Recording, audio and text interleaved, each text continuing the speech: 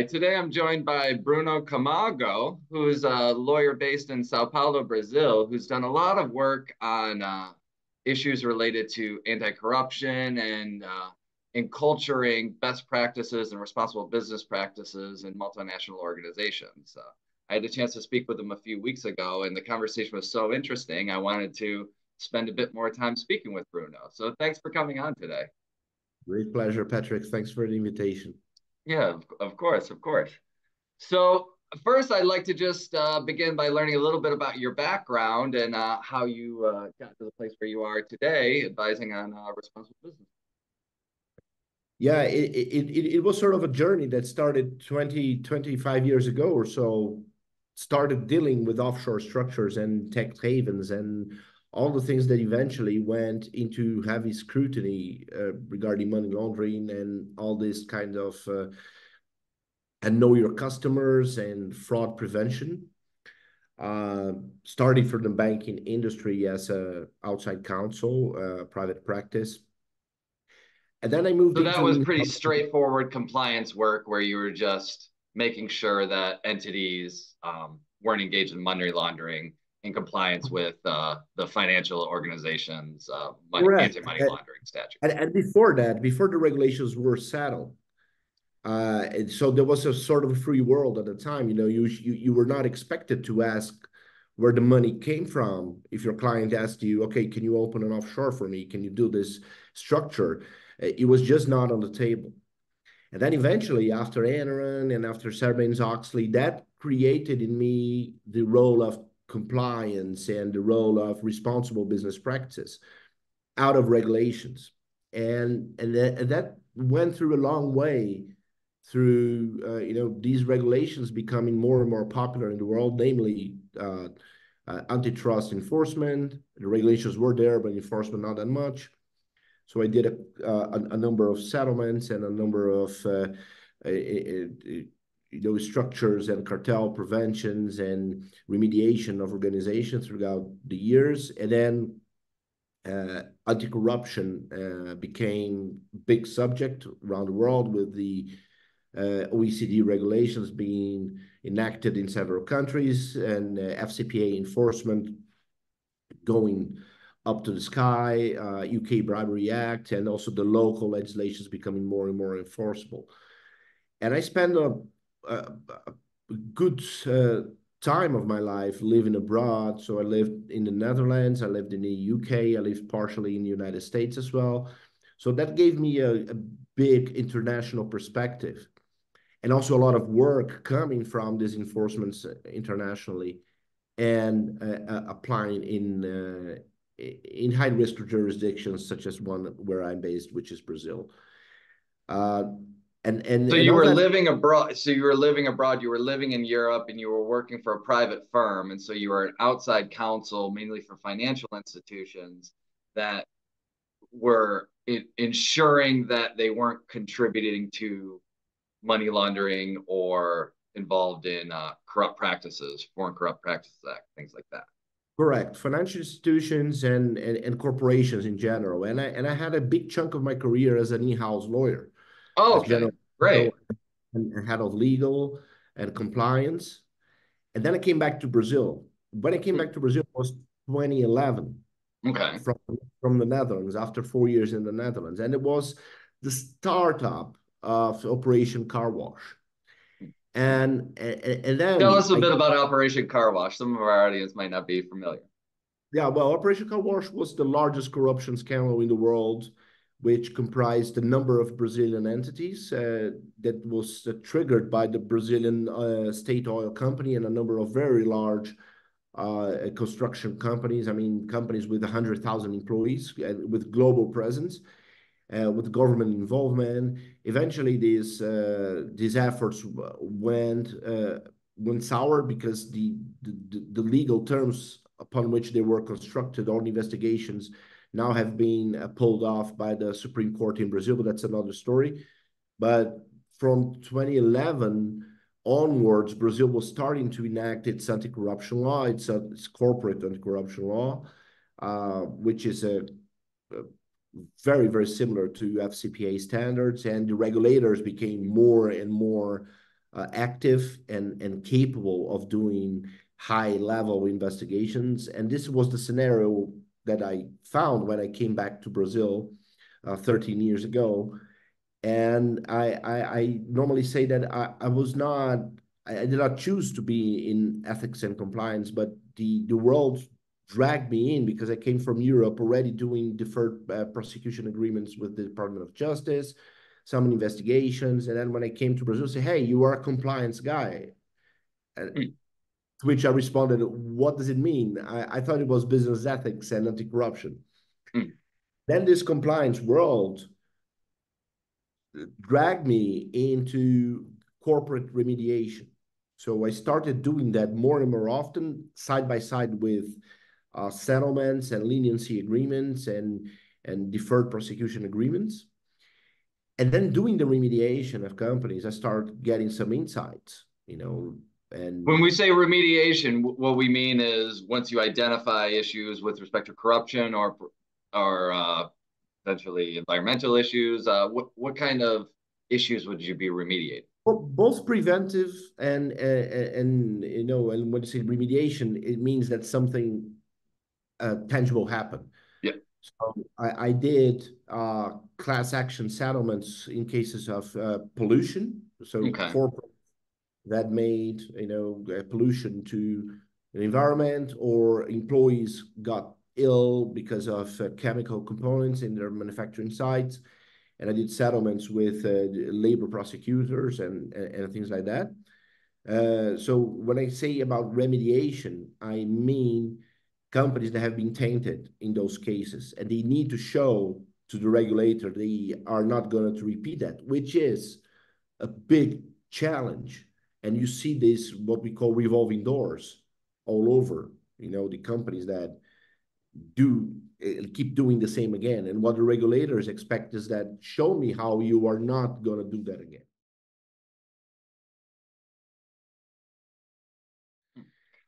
So, And your experience involved establishing compliance efforts to hopefully avoid those issues.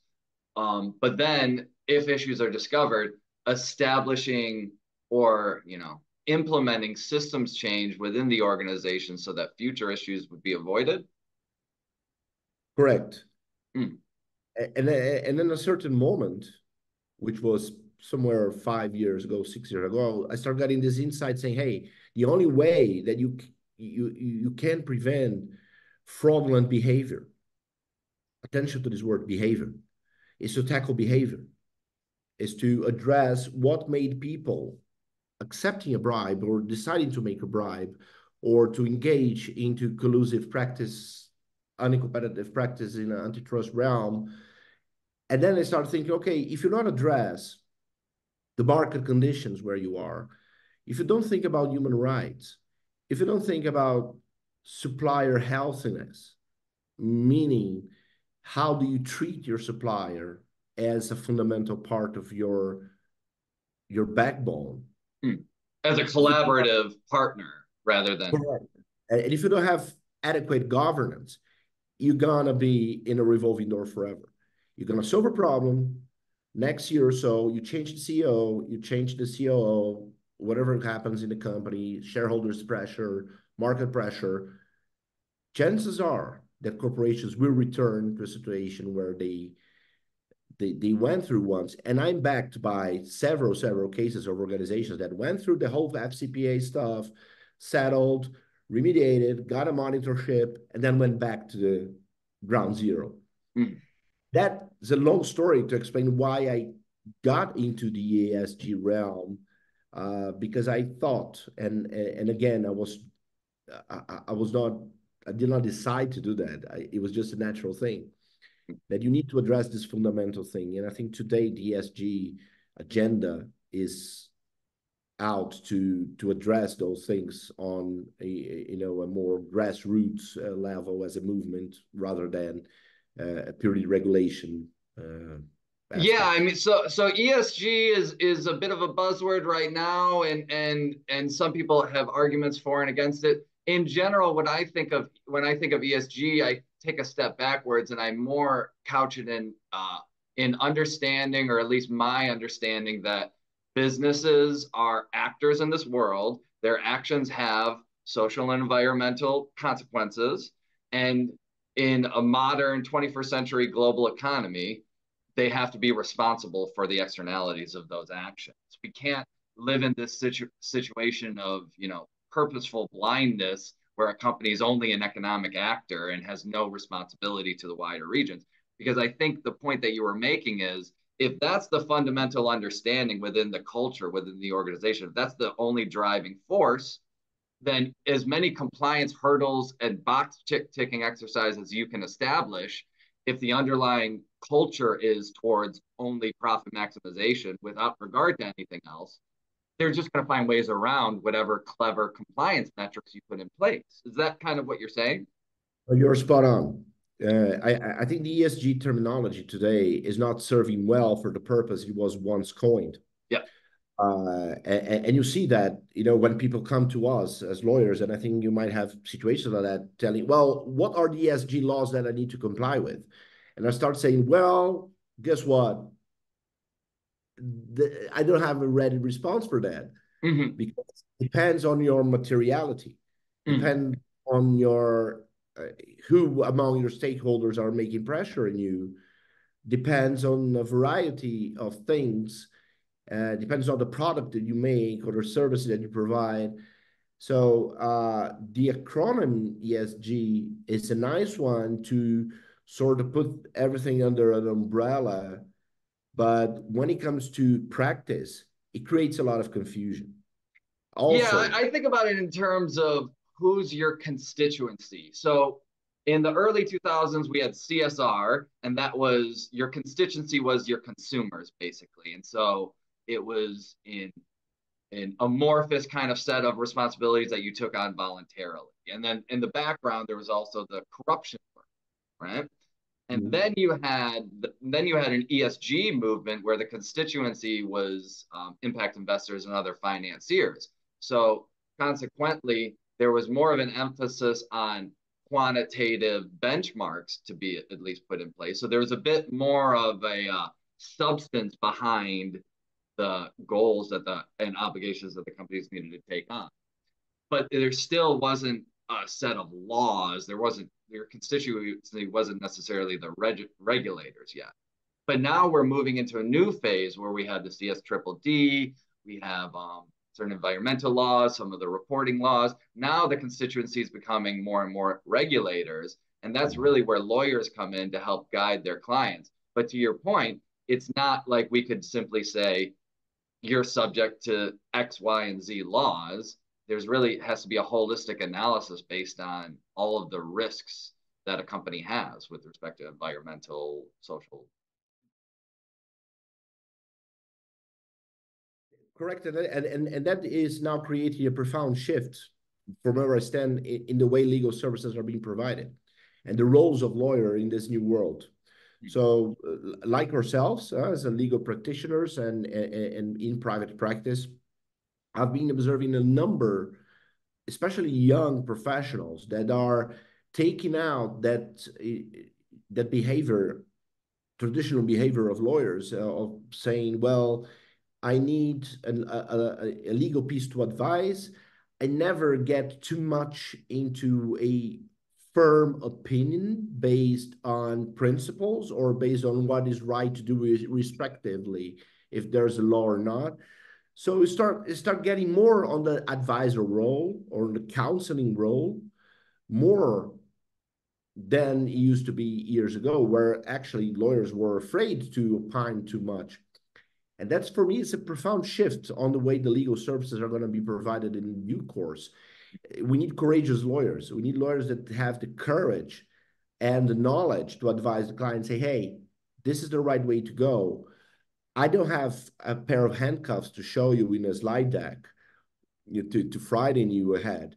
But consequences are there in terms of reputation, in terms of government scrutiny, but also in environmental impact, in social impact, and so on, for which you be charged as a corporation in due course by the pressure groups. So there are changes coming, and those lawyers need to be prepared to address those, in a new format, a new way to advise clients.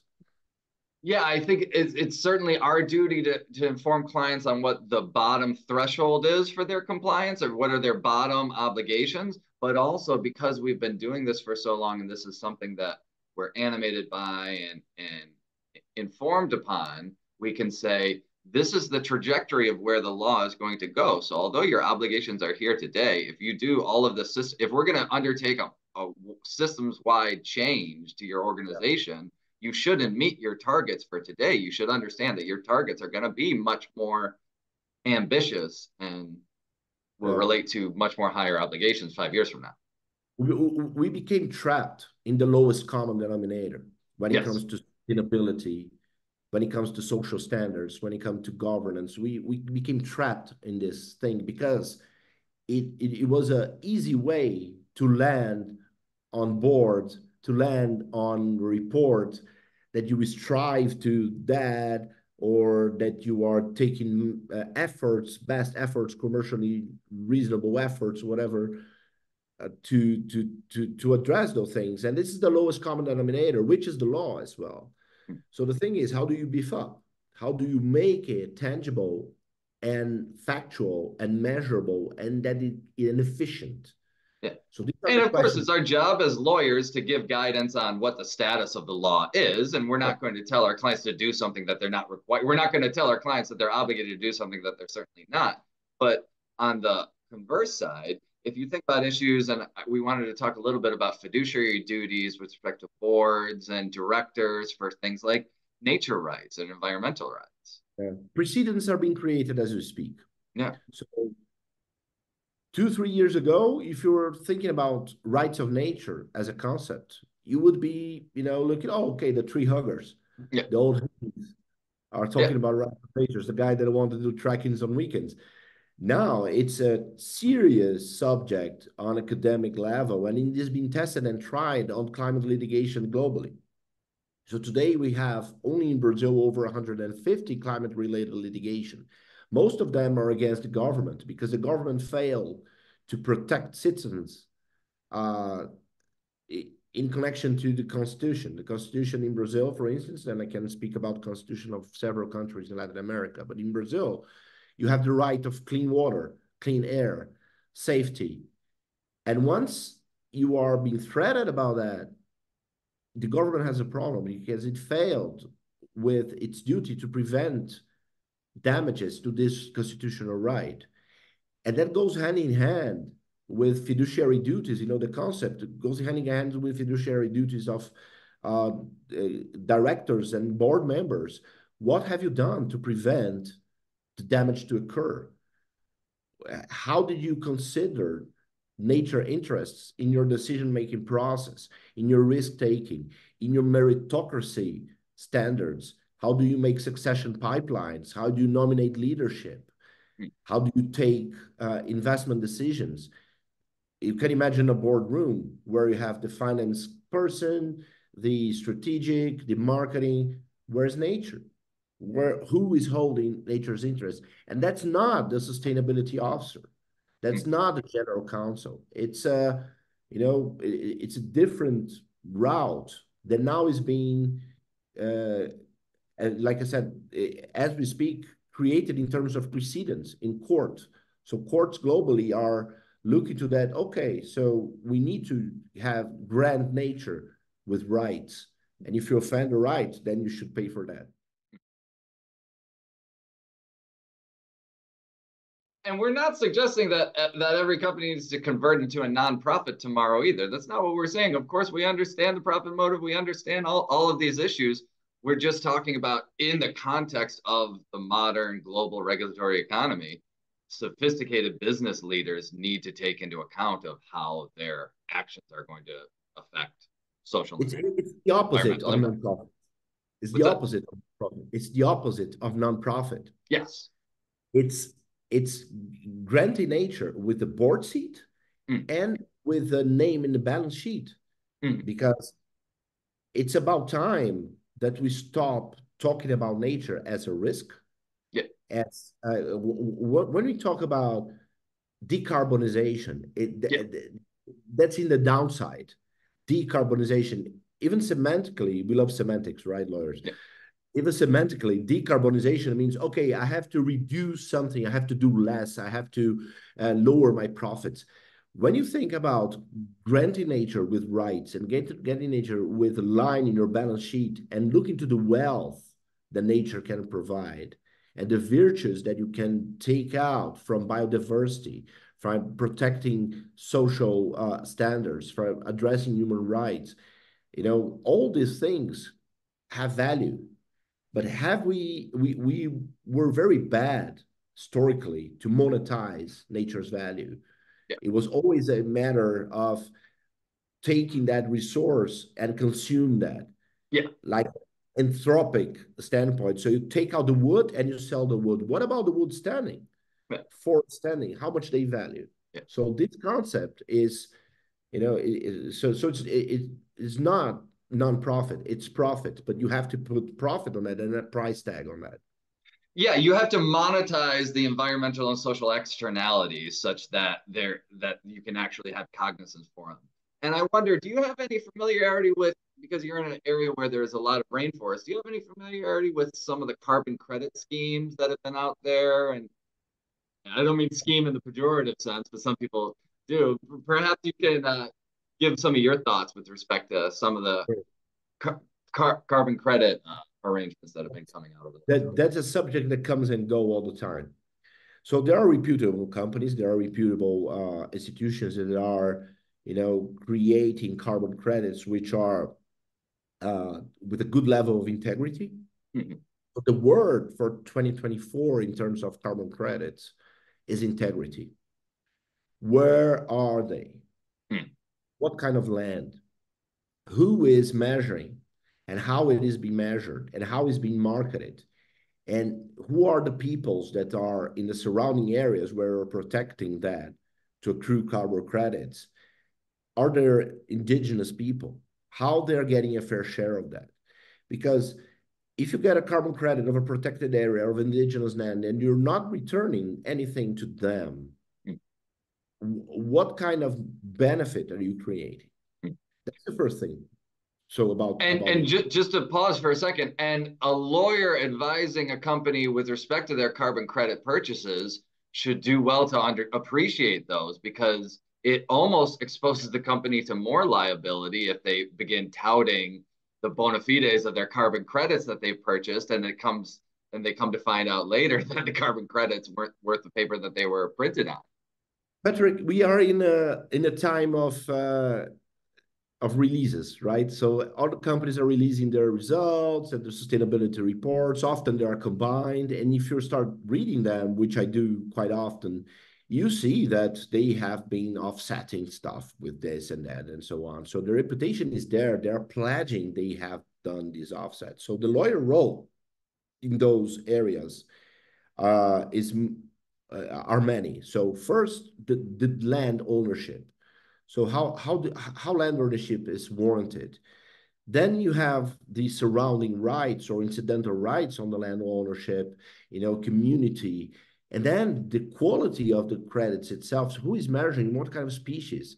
So there are a lot of discussion about, okay, can I accrue carbon credits by planting, fast-growing trees in a deforested area? Well, it depends on where you are. For instance, in Brazil, the Amazon has one regime, but if you are sitting in the Atlantic rainforest, Mata Atlântica, where I am, in Sao Paulo and Rio and all the southern part of Brazil, you cannot get carbon credits from standing trees. You need to reforest because there is a special legislation.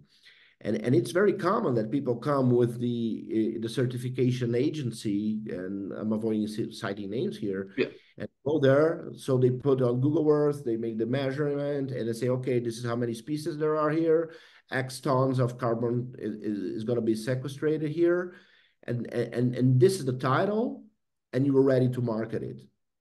I mean, what kind of exercise is that? So it requires boots on the ground, requires a thorough evaluation of the surrounding communities and the local legislation, and also the supply chain involved in that, because reforestation is a very nice buzzword, but believe me, there are not enough seeds and seedlings available to do reforestation in the ratio that is needed today in the world. So I see a lot of companies saying, oh, we are going to reforest thousands of acres in Brazil. And I challenge that and say, where you get the seeds and seedlings. This is just not available. So this is a big market and it's being constructed. But today, to claim that you're going to reforest, and why I say that, it's not enough to plant a tree. You need to create biodiversity. You need to create, and that's the second buzzword for 2024. It's integrity of carbon credits and also a shift for carbon to biodiversity. And that should be the way to go. You know, how do you touch all the environment, the water management, people, fauna, and species, and combination of species, and food? How do you guarantee food supply for the people that live out of the forest? So it's becoming more complex, but at the same time more reliable. And then you need lawyers to sustain that, to, you know, say, well, where I'm standing, does it make it rain as I want it to make, you know? Yeah.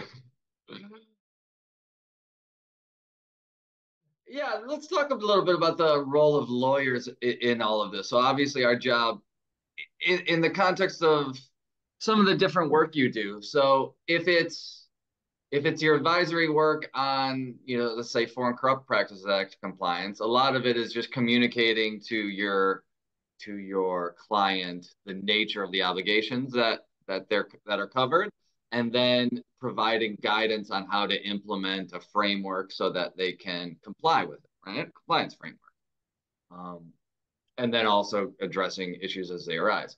And if we're talking about carbon credit schemes, where does your role as a lawyer fit? Well, the more obvious one is addressing first the local securities market regulations. So how do you trade them? If it's you know, if there's a cap and trade option, or if it's you know, highly regulated, if you have limitations for that, if you need to trade it in a certain criteria. So that's the first one. Then you need to secure what I said, the integrity of the credit. So land ownership, governance in the whole process, because in most of cases, you need a government approval. You need a government say in what you're doing in terms of the land. And that creates a big corruption risk, especially because, you know, a country like Brazil, you have different countries in the same country. So the level of transparency that you have in certain areas of Brazil are not the same in other areas. And I'm not here creating, you know, seeing this with prejudice, but it's just reality. You know, in distant areas where the state has low presence, the corruption risks are high. Everybody knows that. So, and once you need government approval and licenses to do stuff, we know that from the corruption realm, you know, they're subject to bribes. So you bribe someone and you get a license, you get license to operate, you get a certificate, you get a title. So all these are a lawyer's role. And third, if you are talking about biodiversity credits, and if you're talking about things that concern the supply chain and impact investments, then the lawyer's role would be much more on the warranty that the contracts are well prepared, but not in the traditional way. I was speaking with a client recently. They showed me a 20-page supplier agreement. Said, "Oh, my supplier agreement is so robust. I am safe." And I told him, "No, you're not safe because your supplier couldn't understand that contract because it's so complex. He doesn't know. He can't understand the obligations he's bound to." And So then, we talk about that a lot in the context of my work with the model contract clauses and shared responsibility contracting and all of these issues. The previous kind of paradigm was to have a laundry list of obligations set out in a supplier code of conduct with respect to human rights and environmental issues. and the supplier was supposed to just sign on the dotted line. And the idea was that all of the responsibilities have now shifted to the supplier who has no capability or really understanding of the issues. And Yeah. that's just, it's been an ineffective procedure over the past. Is the same as FCPA certification. Yes. Yeah, sure. Yeah. Yeah. I promise not to bribe. Yeah. Okay. That empty words, you know. Yeah. And when And we come, advising your client that all they need to do is get a document signed by the counterparty that's is not insufficient. advice. Yeah. We don't need a lawyer to that because Yeah. the checklist is already there. Yeah. So the thing is challenging, and I think this is a lawyer's role to challenge your client and take them from a false comfort zone. Because all this Yeah, no, document, for instance, in the context of, advisory work on, potential greenwashing risk, a lot of what the process is just is almost arguing with your client. That's what we do naturally. But to just say, you said X. Why did you say X? Defend it to me. If I'm going to have to defend it in court, you explain. How am I going to defend it in court? Okay, now you've explained it. Now prove it. Now show me the validation documentation or data that supports that point. And if you can do that, then you can work backwards and you can work forwards and you can make the claim. But that's part of our job is to solve problems for our clients. Obviously, that's really our job. But in solving the problems, part of it requires challenging. and that's also a legal technical issue on there, which is a comparative law exercise, which concerns the differences between civil law regimes, and common law regimes. Whereas civil law regimes have a fundamental principle, which is substance over form. Hmm. So it's different from you observe, especially in the Commonwealth countries and so on, and most likely in the United States, generally speaking, these small letters. Oh, but you signed that. Oh, you represented that. In civil law jurisdictions, if you had a mental reserve and you did not mean to say what you wrote, that's really problematic because you can challenge that. You can say, well, I was forced to, and I didn't understand what I was signing off. Oh, but you signed off. But the judge will most likely accept a claim of a person that will say, well, I'm not educated enough, or I'm not specialized enough, and I signed off something like a supplier, Hmm. kind of conduct compliance form, but I couldn't understand what is in there. So the substance means so much. That's why, less is more in this realm. So you're not protecting your client, and you might even be exposing your client to risk because the client thinks that they're protected when they're not. And I wanted to ask you a little bit, given your kind of the work in your corruption work and kind of your work establishing systems to address corruption issues. And I think we talked about it previously. The other kind of challenges that companies face with respect to protect, for instance, human rights issues. Would you say that if a company is contributing to human rights issues or is apathetic towards their human rights impacts, would you expect that that might also have an effect on their corruption compliance framework? Or No, no, absolutely, absolutely, because um, human rights is a subject that a lot of people connect with modern slavery yeah, and child labor. yeah, Right? So that's easy yeah. to understand. What does it mean? And a recent study done at Harvard with 2,000 people from different organizations shows that depending on where you are, your social values will trigger human rights values in a different way. So a lot of people don't think that the absence of a diversity and inclusion program in a company is a human rights infringement. But if you are sitting in a country that has one of the highest feminicide rates in the world, where 4 women are killed by their partners inside their households every day, I mean, that's a big issue. If you're not treating these women with a grievance mechanism, in your organization, giving them a voice. If you don't stimulate your people to get, into labor unions, so they are protected. If you pay your suppliers with 120 days time frame since they invoice you and they are a mom and pop shop, that means that they cannot employ, their employees in a registered way, paying their welfare and so on. Then you're creating human rights issues. But that's not so visible. That's not so tangible because everybody understands what the child labor is, what's human trafficking, but when you start pinpointing those stuff, and that triggers already to corruption because corruption happens in fragile states first and foremost. Yeah. That's why when you see this corruption index, they are repeating themselves year after year after year. What's the less corrupt countries in the world? The countries with the less fragility, that have good standards of living, that people don't need to pay a bribe and don't want to pay a bribe. So it's foreign to them. Yeah, and I don't want to get into a cause and effect of which one causes the other, but we can agree that it's either a virtuous or a vicious cycle whereby corruption begets dysfunction, which begets more corruption, and then the reverses. Yeah, yeah. But I do think the absence of observance of human rights, and I'm backed by experience and studies, the absence of observance of human rights are a trigger to corrupt states. That's just by observing what happens in those cases and studying those cases, you'll see that.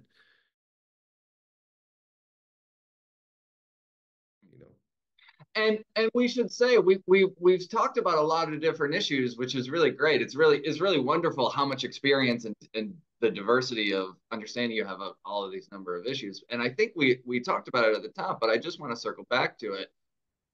Human rights and environmental risk assessment doesn't ask you to boil the ocean. It doesn't ask that you address every single issue on day one. It asks you to undertake an assessment of your company's practices and your company's risks, and to address the most salient and urgent risks first, the risk that you have the most likelihood of contributing to, or the risks that are particular to your industry. So it's not as if we'd be asking, we would want companies to do everything all at once, but you have to undertake a review.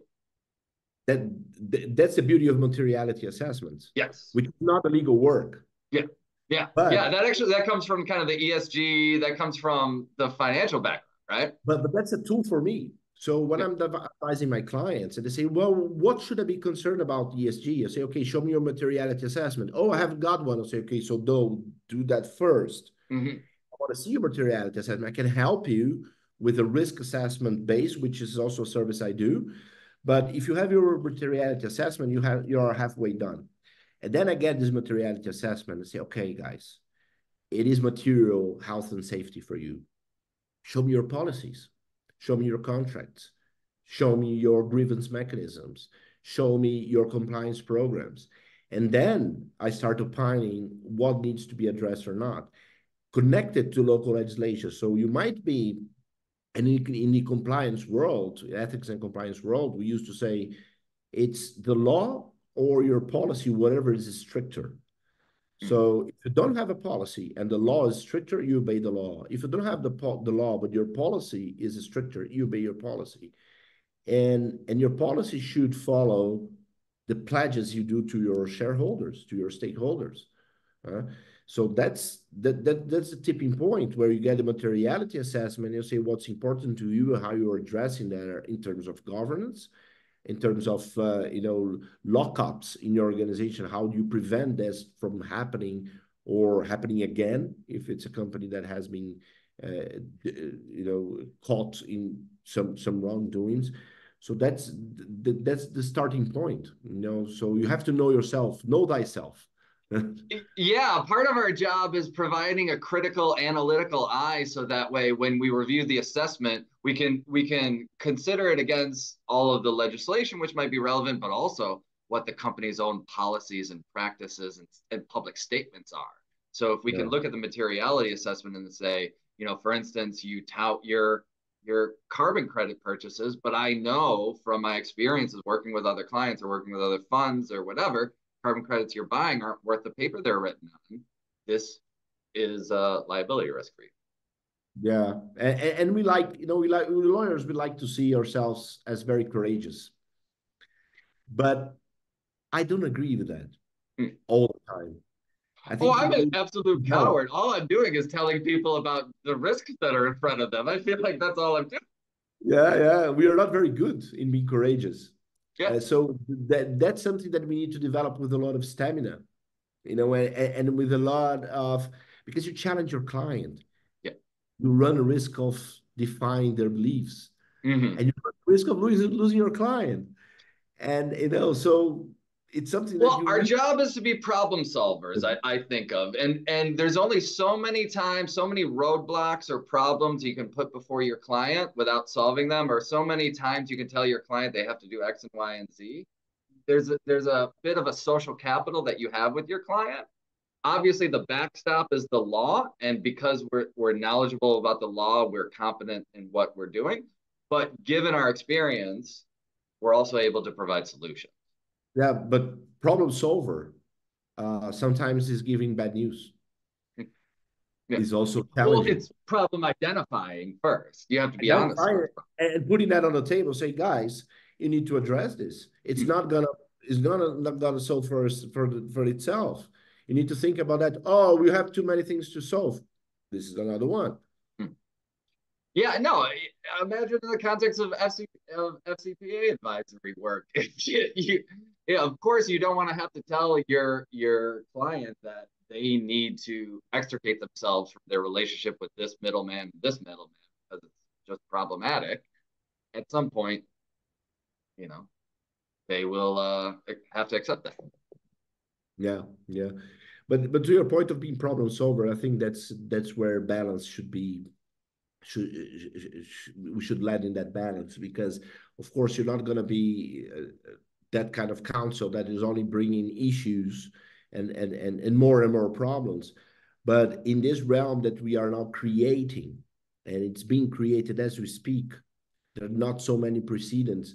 That kind of behavior, I am confident that it's going to be the shifting and you know, and a pivotal point for the legal profession. Whereas you need to have courage, and you need to have the stamina to defy the status quo and the systems that, and also the thinking process of our clients, where they believe that it's not a risk or that's not important. And that requires a lot of courage, because I mean it's beyond the quid pro quo legal assessment. It's counseling, and Mm-hmm. we call ourselves legal counsel for a Mm-hmm. reason. Counsel for clients. So that needs to be further developed, I guess. And I truly appreciate the work of people like yourself who have been doing this sophisticated work for a number of years. You're not a tree hugger. You're not somebody who shouldn't be I taken am. seriously. I am a tree hugger, but I'm also I'm a business guy. But So you're I also a competent, professional, very good lawyer, right? thank you. That's the point. In the past, I feel like oftentimes you would defer to the most kind of um, conservative advisory, piece of notes, because you would want to ensure that you come across as professional, that Mm. you're not coming across as wishy-washy or idealistic or something. Yeah. Well, I was raised in a legal environment during the 90s and the early 2000s as a young lawyer. And I never heard the word diversity Mm. during the first 20 years of my career. This is a new concept historically. The new generation, the generation that is starting now and is already developing their work, have diversity as a common sense. Yeah. Diverse teams. And we now need to apply diversity also in terms of what you do. So you have to be a tree hugger and a very technical lawyer, and a person that is connected to nature, and somebody that has social thoughts and social skills, and and a mix of soft and hard skills, and so on. So diversity goes not only on gender or racial issues, but also on how diverse is your knowledge and how capable you are able to apply diverse knowledge in your work. I am now developing a work that I am applying indigenous governance by a deep study I'm doing with indigenous people in South America and in Mexico as well, to modern corporate governance. And I mean that's a super diverse knowledge. So I'm bringing rights of nature at board level and advising I've companies got to how ask a to do little that. bit more about that. So you're looking at an indigenous kind of governance structure, and you're thinking about using that as a basis, a framework for implementing a corporate governance structure. Yes, yes, that's the work I'm doing now. So some examples. So if you go to a indigenous person, and if you ask about ethics, or if you ask about risk taking, so if you ask about how do you secure that nothing is stolen from each other, I got the answer from interview saying, well, we don't have that problem because we don't have individual property. So I just see that somebody borrowed my stuff. If I need, I'll get it back. So that breaks apart on the whole concept. Oh, you don't have that concept, and I'm not advocating for let's kill all the property. It's not that, Yeah, but their mindset is that things are cyclical. I yeah. mean, so things go back and forth as is nature. You need to observe uh, how are you connected with nature, the seasons of the year. So on winter you do stuff, on summer you do other stuff. How that represents the way that you manage your people. How do you create leadership? It's about scratching each other's back, or really hands-on and people that have the courage and the backbone to be a leader. So this is what I'm doing now. I interviewed a number of indigenous peoples leaders in Brazil, spiritual leaders, females and youngsters. I'm going now for a 2 week retreat in the Acre state, in the state of Amazon. I'm staying there with three different indigenous peoples, the Wanawa, the Shananawa, and the Hunikuin. And I got government approval to interview them and to collect that into a work I'm doing, which is called natureonboard.echo, which is a service of mentorship I'm providing for leadership and executive teams, and also the implementation services for addressing that on governance level, which I'm doing as a partner of Dutch law firm Liance Legal, where I sit today as a partner for Latin America. So it's basically a translation service that I'm doing from personal experience, personal interest, and the connection with these people, which is so rewarding. And there's a lot of knowledge that we need to tackle that and bring to us, because they're going to be the survivors of the future, man. They're going to Yeah, be because they're kind of thousands of years of old wisdom can keep they going. don't need our air codes. They don't need our cell phones. Well, they want, but they don't need it. If everything collapses, they'll remain. Well, well, I like to end on a happy note. A global catastrophe might not be exactly happy. I wonder, are there any thoughts you have about the future of, say, ESG regulation, either in Latin America or more broadly? I I think we're doing good steps.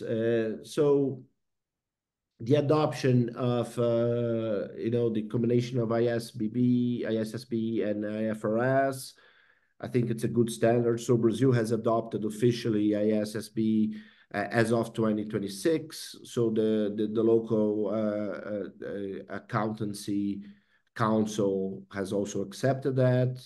So companies can do that on a voluntary basis. So that already creates a very good standard that harmonizes the discussion, which is a big confusion. So which standard should I follow? So that's a good thing. So I see that as a positive stuff. I got really disappointed with the recent undevelopments of CSDDD and non-deforestation in Europe. I really thought that it would pass more easily than it is now proving. And the most sad part that is purely out of governmental pressure, governments that have been backing that initiative for ages, and now they are sort of pulling back, afraid of the economic issues and the impact they would come into their companies, which is a fair is a fair thought. But still, I think the regulations are coming into a way to help us rather than confuse. The California regulation, I think it's a very welcome one, because you know that better than I do, how California can be really a trendsetter for so many things in the United States. I'm with my fingers crossed for the SEC launch, hopefully in April this year. So I think we are all staying put to say, and that's gonna create, in my view, a cascade effect globally, to say, well, this is how United States is going from a securities regulator standpoint. California, well, California is a trendsetter, so others would follow. So I'm optimistic with that. I think besides all this confusion of anti-ESG stuff, which is for me a very political and polarized discussion that will lead nowhere. It's a bit of a drama. So, oh, that's against my beliefs. I said, well, guys, we're not talking about beliefs. We're talking about tangible measures that we all agree could be good, but because you are wearing a red or blue hat, I disagree. So I think it's a useless discussion. So for those that are really working hard and making things happening, I think we're going towards a good framework of laws that we can navigate, which is difficult as of today to underpin what is important and what is not. So I'm positive and optimistic. There we go. There we go. Thank you. Thank you. Well, Bruno, it was really great talking to you today. I really appreciate you taking the time to chat with our audience a bit and give us some of your knowledge from all of your years of work on these important issues. So thanks very much. And keep Patrick, up the good work. yeah, thanks a lot. It was a real pleasure. I hope to see the developments. And if you guys need to chat anything here around this region, I'm more than happy to help. Great, great.